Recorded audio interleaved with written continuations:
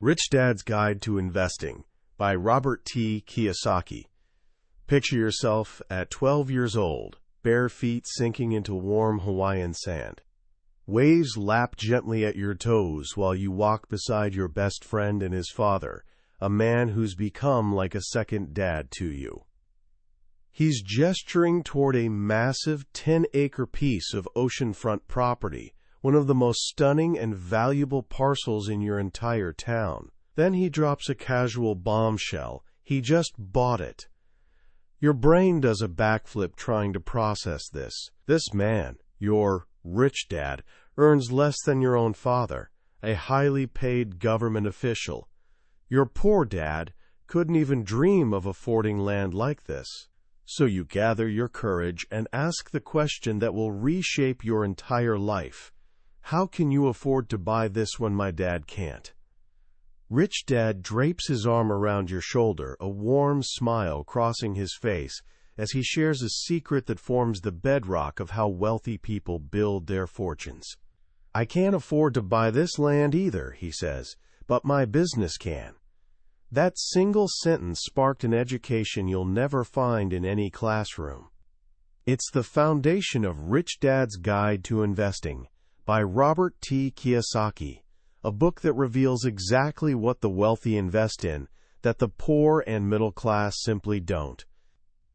After the massive success of Rich Dad, Poor Dad, which sold tens of millions of copies and revolutionized how people think about money, Kiyosaki takes us deeper into the rabbit hole. He shares the detailed, step-by-step guidance his rich dad gave him after returning from Vietnam in 1973, broke, jobless, and without a single asset to his name. All he had was a burning dream to become truly wealthy, not just well-paid. This isn't some collection of hot stock tips or overnight success schemes. It's a complete mindset transformation. It's about understanding the fundamental difference between the 90% of investors who share just 10% of the wealth and the 10% who control the other 90%. What you're about to discover is the exact roadmap that took Robert Kiyosaki from absolute zero to financial freedom. By the time we're done, you'll understand the 5 phases every sophisticated investor moves through. You'll know the secret of the BI triangle that transforms simple ideas into massive fortunes. And most importantly, you'll crack the riddle that separates wealth creators from wealth consumers. This is your playbook for moving from the outside of the investment world to the inside, where the real magic happens. The journey to becoming genuinely wealthy doesn't start with money. It starts with a choice. When young Robert Kiyosaki returned from war, he stood at a crossroads. As a decorated pilot, a lucrative, secure airline career was practically gift-wrapped and waiting for him. It was exactly what his highly educated father, his poor dad, had always envisioned. Go to school, earn good grades, land a safe job with solid benefits.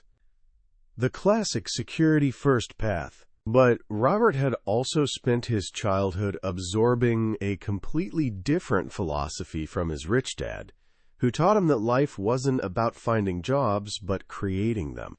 His lessons weren't about climbing the corporate ladder, but owning it entirely. When Robert sat down with Rich Dad in 1973, he was offered a fundamental choice that every single one of us faces, whether we realize it or not. Rich Dad explained, "When it comes to money, people have 3 core priorities: to be secure, to be comfortable, or to be rich. All 3 matter, but the order you prioritize them determines your financial destiny. Most people choose security first. They crave that steady paycheck, that guarantee. Once secure, they focus on comfort, the bigger house, the nicer car. For them, becoming rich is a distant third priority, a someday maybe dream they'll never sacrifice comfort or security to achieve." This, Rich Dad explained, is why only 3 out of 100 people ever become truly wealthy. Robert, having witnessed both his fathers, lives, one struggling financially despite a great career, the other building an empire from nothing, made his choice. He decided to put being rich first. Security and comfort would follow naturally, but they wouldn't drive his decisions. This was the crucial first step in his mental preparation. Phase 1 of Rich Dad's master plan. With that decision made, Rich Dad introduced the next mental shift. There are only two kinds of money problems in the world: not enough money and too much money. Which problem do you want? This question sounds simple, but it cuts deep into our programming. Most of us grow up in households where the only problem we know is not enough money. We're trained to think in scarcity terms. We hear things like, "Money doesn't grow on trees," or "I can't afford that." That mindset becomes our reality. Rich Dad's world, on the other hand, was one of abundance. His problem was always having too much money flowing in and needing smart places to put it to work. He explained that your internal reality about money creates your external reality. Believe money is scarce, and you'll live a scarce life. This is why lottery winners so often crash and burn. They suddenly have enormous wealth, but their minds are still wired for scarcity, so they unconsciously burn through the money to return to the world they understand. To become rich, you first have to rewire your inner world. You have to start seeing the possibility of a world overflowing with money. This mindset shift lets you see opportunity where others see risk. Rich Dad believed that the more security a person craves, the more scarcity they'll experience. People who are creative, cooperative, and willing to learn new financial skills, however, live lives of increasing abundance. This brings us to the core engine of Rich Dad's entire philosophy, the cash flow quadrant. He'd sketch a simple cross on paper, creating 4 sections: E, S, B, and I. E stands for employee. You have a job. S stands for self-employed or specialist. You own a job. Think doctors or lawyers. B stands for business owner. You own a system, and people work for you. I stands for investor. Your money works for you. Poor Dad's advice was to be a successful E or S, get educated, land a secure job, or become a highly paid professional.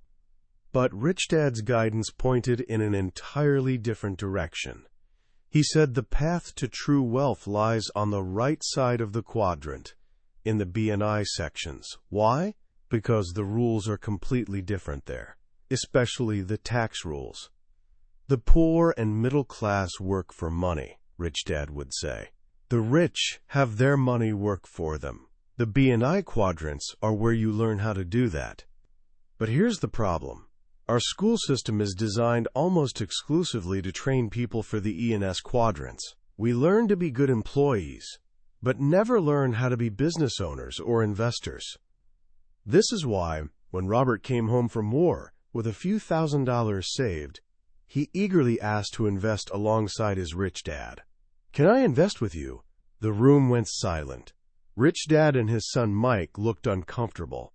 Finally, Rich Dad said something that shocked Robert to his core. It would be against the law. "Against the law?" Robert asked, confused. "Are you doing something illegal?" "No," Rich Dad chuckled. "It's not illegal for us to invest in these deals, but it would be illegal for you." "Why?" "Because you're not rich," Mike said gently. This was Robert's first glimpse into a secret world of investing, governed by the Securities and Exchange Commission, the SEC. The SEC has rules designed to protect average investors from the riskiest deals. To access these exclusive, high-potential opportunities, you have to be what's called an accredited investor. At the time, this meant earning at least $200,000 annually, or having a net worth over $1 million. Robert, with his few $1,000s, wasn't even close. The very laws designed to protect him were also walling him off from the world's best investments. As Rich Dad explained, this is one of the primary reasons the rich get richer. They get access to deals the poor and middle class never even hear about. This realization could have crushed him. Instead, it ignited something. Rich Dad then explained that being an accredited investor was just the first level, a qualification based purely on money. But there was a higher level, far more powerful, the sophisticated investor. A sophisticated investor, he said, has the 3 E's: education, experience, and excess cash. Many accredited investors, like movie stars or doctors, have the excess cash, but they often lack the financial education and real-world experience, which is why they frequently lose their money in bad deals. A truly sophisticated investor knows how to analyze deals, understand the laws, and create wealth from the inside out. And so, Robert's new goal crystallized. He didn't just want to be an accredited investor, he wanted to become a sophisticated investor. This decision launched him into Phase 2 of Rich Dad's plan, understanding the different categories of investors. Rich Dad laid out a 5-level hierarchy. 1. The accredited investor, the person with high income or high net worth. 2. The qualified investor, someone who understands the difference between the 2 main schools of stock market investing, fundamental and technical. Fundamental investors, like Warren Buffett, analyze the health of the business itself, financial statements, management quality, market position. Technical investors, like George Soros, focus more on market sentiment and price patterns. They study charts and investor emotions. A qualified investor can read both the business and the market, making money whether markets rise or fall. 3. The sophisticated investor, where things get really interesting. The sophisticated investor understands not just investing, but the laws governing it, tax law, corporate law, and securities law. They use the law to their advantage, maximizing returns and minimizing risk in ways average investors simply can't. 4. The inside investor, the person who creates the investment. Instead of just buying shares in a company, they build the company. They're the entrepreneurs, the business builders. 5. The ultimate investor, the pinnacle. The ultimate investor is an inside investor who builds a business so successful they can take it public. They become the selling shareholder, while the rest of the world lines up to be the buying shareholders. Think Bill Gates with Microsoft or Jeff Bezos with Amazon. Seeing this latter, Robert felt overwhelmed. No money, no business. How could he possibly start? Rich Dad smiled and pointed to level 4, the inside investor. This is where you'll start, he said. Even with very little money, it's possible to start on the inside. You start by building a business. This was revolutionary. Most people think you need money to make money, but Rich Dad's plan was different. Create an asset, a business, that would generate the cash to buy other assets. This brings us to the 90/10ths riddle, one of the book's most powerful concepts. Rich Dad would regularly challenge Robert with this puzzle. He'd draw a blank financial statement, the simple form with columns for income, expenses, assets, and liabilities, and ask, how do you fill your asset column without buying any assets? Think about that for a moment. How do you acquire assets without spending money? The answer is the secret of the 10% who control 90% of the wealth. You create them. You take an idea from your mind and build it into something that generates income. This is the essence of entrepreneurship. Bill Gates didn't get rich saving his paycheck to buy stocks. He created an asset. Microsoft. The Beatles created assets, their songs, that still pay royalties today. At 9 years old, Robert and Mike did this on a small scale.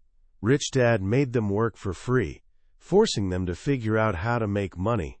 They noticed the convenience store was throwing out old comic books. They took that trash and created an asset, a comic book library for neighborhood kids, charging a small admission fee. They turned trash into cash. The real asset wasn't the comic books themselves.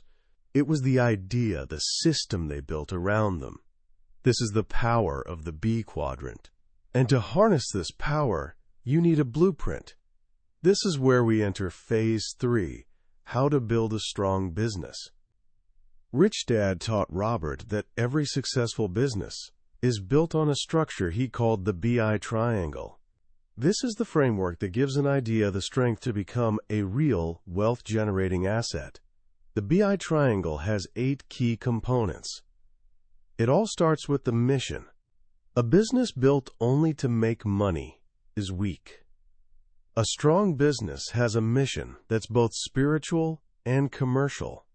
It fills a genuine need. Henry Ford's mission was to democratize the automobile. He wanted to make cars available to everyone, not just the rich. The Rich Dad Company's mission is to elevate the financial well-being of humanity. A powerful mission is the fuel that gets a business through the brutal early years. The next 2 components form the outer edges of the triangle, team and leadership. Business, Rich Dad stressed, is a team sport. In school, you're taught to take tests alone. Cooperating is called cheating. In business, trying to do everything alone is a recipe for disaster. A B quadrant entrepreneur builds a team of smart advisors, accountants, attorneys, brokers, and mentors. They know that to be successful, they shouldn't be the smartest person on their team. The leader's job is to bring out the best in that team, hold the vision, and make the tough decisions. Inside the triangle are the 5 internal systems of the business. 1. Cash flow management, the lifeblood. A business can look profitable on paper but go bankrupt because it runs out of cash. Understanding how to manage the flow of money in and out of the business is the most fundamental business skill. 2. Communications management. Rich Dad used to say, cash flowing in is in direct proportion to communication flowing out. This is about sales and marketing. You have to be able to communicate the value of your product or service. This is why Robert took a job at Xerox, not for the money, but for their legendary sales training program. He had to overcome his fear of rejection to learn how to sell. 3. Systems management. A true B quadrant business runs on systems. McDonald's is a perfect example. It's a system so brilliant that teenagers can run it, delivering the same product consistently anywhere in the world. An S quadrant business relies on the owner. If the owner goes on vacation, the income stops. A B quadrant business has systems that work even when the owner isn't there. 4. Legal management. In the information age, your most valuable assets are often your ideas, your intellectual property. Protecting those ideas with patents, trademarks, and copyrights is crucial. A simple legal document, like a contract, can be the foundation of a billion-dollar enterprise. 5. Product management. Interestingly, Rich Dad believed the product was the least important part of the triangle. The world is full of great products, but it's short on great business systems. Most of us can cook a better hamburger than McDonald's, but very few of us can build a better business system. Mastering this BI triangle is what allows an entrepreneur to take a simple idea and turn it into a powerful, self-sustaining asset. And once you've successfully built a business, you've gained the education and experience to move into phase 4, becoming a sophisticated investor. A sophisticated investor thinks differently from an average investor. They see a world of financial gray, not just black and white. They understand that there's such a thing as good debt and bad debt. Bad debt is using a credit card to buy a TV. Good debt is borrowing money to buy an apartment building that generates positive cash flow every month. They also understand good expenses and bad expenses. A bad expense is a fancy dinner that's just for pleasure. A good expense is taking your financial team out for a business dinner to strategize, an expense that's tax-deductible and could make you millions. Rich Dad's revolutionary idea was that he used his expense column to get richer. The average person uses their expense column to get poorer. How? A business owner in the B quadrant can spend money on things like education, travel, meals, and even cars before they pay taxes. An employee in the E quadrant earns money, gets taxed heavily, and then has to pay for all those things with what's left over. A sophisticated investor understands how to use the tax and corporate laws to have their business buy their assets. That's what Rich Dad meant on the beach all those years ago. His business, operating under a different set of rules, could afford the land with pre-tax dollars, an advantage his poor dad, the employee, simply didn't have. This is why Rich Dad wanted low income and high expenses. The average person wants high income and low expenses. The wealthy person wants to show as little personal income as possible and run as many expenses as possible through their business to acquire more assets. It's a completely different way of thinking. It's seeing the other side of the coin. Once you've mastered the mindset of the sophisticated investor and the skills of the inside investor, you have the potential to reach the final level, the ultimate investor. This is the person who builds a company so strong they can take it public, selling shares to millions of other investors. This is how the young billionaires of the information age are being created. They don't just find a company to invest in. They are the company that everyone else wants to invest in. They're literally printing their own money, legally, by creating valuable shares of stock from an idea. This entire journey from broke veteran to ultimate investor is a process. It took Robert Kiyosaki 20 years. He made and lost his first million by the time he was 30. His first big business, a nylon and Velcro wallet company, was a huge success, and then a spectacular failure. But he didn't quit. He learned from his mistakes. Rich Dad taught him that mistakes are where the magic happens.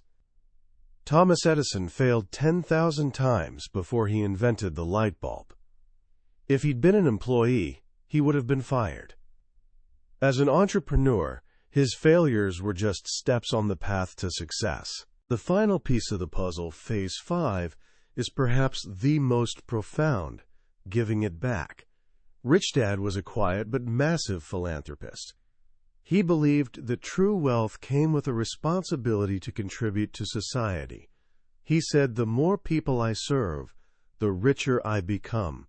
He built foundations, funded cancer research, and supported his church. He taught Robert that hoarding wealth was a misuse of its power. The ultimate goal of becoming rich wasn't just to have a lot of money. It was to have enough to make a real difference in the world. So the path is clear. It begins with a mental choice. It requires a financial education that schools don't provide. It demands the courage to build a business, to create assets from ideas, and it culminates in a life of not just abundance, but also purpose. It's the journey from being an average investor, tossed about by the whims of the market, to becoming a sophisticated investor who can thrive in any condition. It's about taking control of your financial life and, ultimately, designing the future you want. As we look back on the journey Robert Kiyosaki lays out in Rich Dad's Guide to Investing, it's easy to get swept up in the big, exciting ideas, building businesses, taking companies public, becoming a billionaire. But if we strip everything down, the single most powerful lesson in this entire book isn't about a specific strategy or a legal loophole. It's about a fundamental shift in identity. The book's deepest message is the challenge to move from being a consumer to being a creator. Most of the world is trained to be consumers. We consume products, we consume entertainment, and when it comes to investing, we consume assets that other people have created. We buy stocks in companies someone else built. We buy mutual funds, curated by someone else. We are, as Rich Dad would say, on the outside looking in. We're buying tickets to the game. The 90/10 riddle, how do you fill your asset column without buying assets, is a profound reframing of this reality. It forces you to ask, what can I create? This is the question that defines the entrepreneur, the artist, the inventor. It's the mindset of the 10%. They aren't just playing the game, they're designing it. They're selling the tickets. In today's information age, this idea is more accessible than it has ever been in human history. In the agrarian age, you needed to be born into land to be wealthy. In the industrial age, you needed massive amounts of capital to build factories. Today, the raw material for wealth is information, and the factory is your mind. An idea protected by law and built out with a solid business system, the BI triangle, can become an asset worth millions or even billions.